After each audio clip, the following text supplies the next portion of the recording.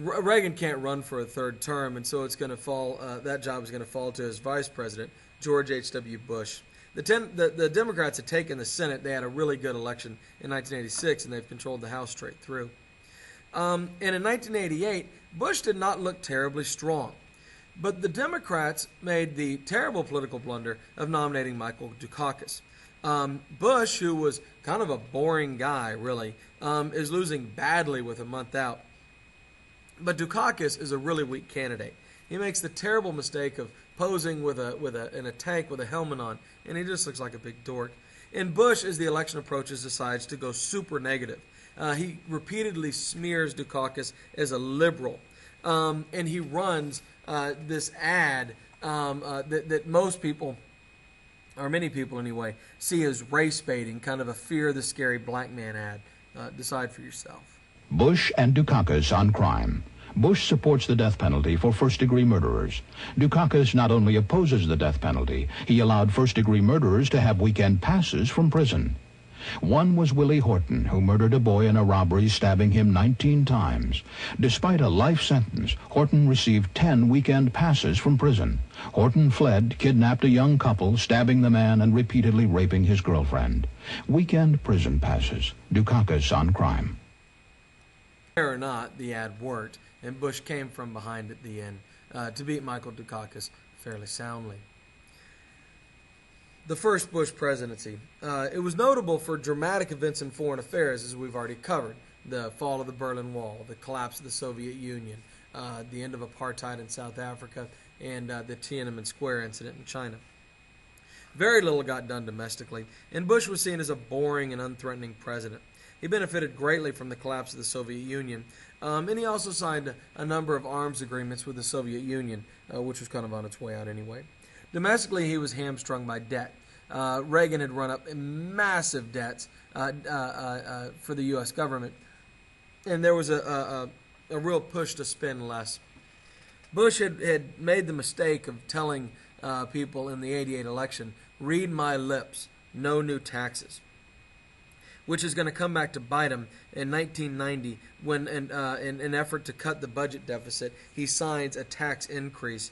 And the anti-tax element of the Republican Party, which was very strong, will mercilessly attack their own president for this.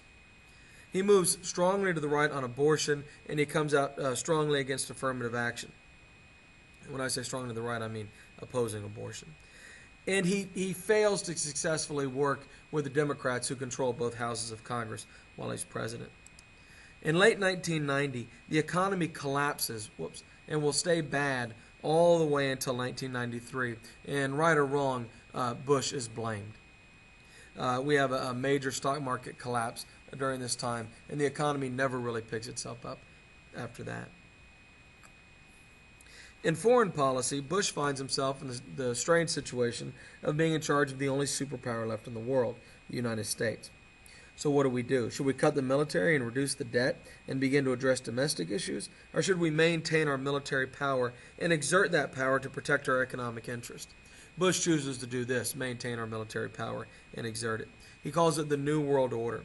And in 1989, kind of in the first post-Cold War action, Bush invades Panama to get Manuel Noriega, the dictator of Panama, for drug trafficking. The Panamanian government was heavily involved in the traffic of drugs. On August 2nd of 1990, Saddam, who previously we had been funding, we helped Saddam consolidate his power in Iraq. We basically paid for his army because we wanted him to fight Iran. During the Reagan administration, American weapons contractors were providing weapons to both Iran and Iraq, who were fighting each other, and the American taxpayer was picking up the bill for the whole thing. But Saddam, who we felt that we no longer needed now that the Cold War was over, we cut off the economic aid and military aid we'd been giving him. In a panic, not knowing what to do, he invades his neighbor, the oil-rich country of Kuwait. Bush at first hesitates, but then goes to the UN to try to get sanctions on Iraq and prepare for war, which he does. The Soviets and the Arabs sign on for the war. The Arabs, I mean Saudi Arabia. And so 690,000 UN troops, 425,000 of which are Americans, will stage the Iraq War the first Gulf War, out of Saudi Arabia. On January 16th of 1991, we launch a massive aerial bombardment, and on February 23rd, we invade. Only 141 UN troops are killed in the action, while 100,000 Iraqis troops are killed. On February 28th of that same year, so we're talking 5 days after the invasion, Iraq surrenders. We actually enter into a debate over whether or not we should invade Iraq, and we decide in the end not to. Bush's popularity soars, and it looks like he's going to be unbeatable in the coming 92 elections. It's also important to note that Saudi Arabia asks us to leave military forces in Saudi Arabia to protect them from instability in the region. We have a close relationship with Saudi Arabia, and they have a ton of oil, so we do this. This, leaving the American military to protect Saudi Arabia, is the thing that is going to make Osama bin Laden so angry at the United States and announce a jihad to destroy us, and will ultimately lead to 9/11. If you've ever wondered why he did it, that's the specific cause. In 1992, many big-name Democrats don't run because they fear that George H.W. Bush is unbeatable because of his popularity from the war. But as the recession deepens and the glow of the war fades into history, Bush all of a sudden looks very vulnerable. He's attacked brutally from his own side by conservatives, particularly the insurgent candidacy of the Republican Pat Buchanan. Clinton, a scandal-ridden governor of Arkansas, but an incredibly charismatic man, emerges out of a brutal Democratic primary campaign. He rejects the traditional social liberal issues that had dominated the Democratic Party in the 60s and 70s, and he runs on what is essentially a purely economic basis.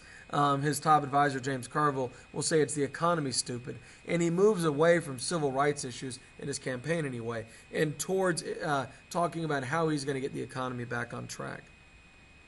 A third-party candidate enters the mix, the eccentric Texas billionaire H. Ross Perot, who runs against a growing federal bureaucracy, and what he says is going to be a giant sucking sound of jobs leaving America and going places like Mexico, which will turn out to be true. Perot's actually winning the presidential race at one point in the spring.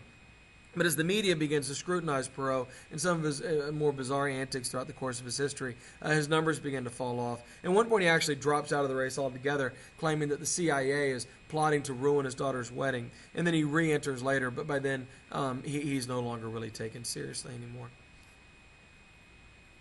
Perot does really well for a third-party candidate. He gets 19% of the vote, but Bill Clinton wins this three-way election, will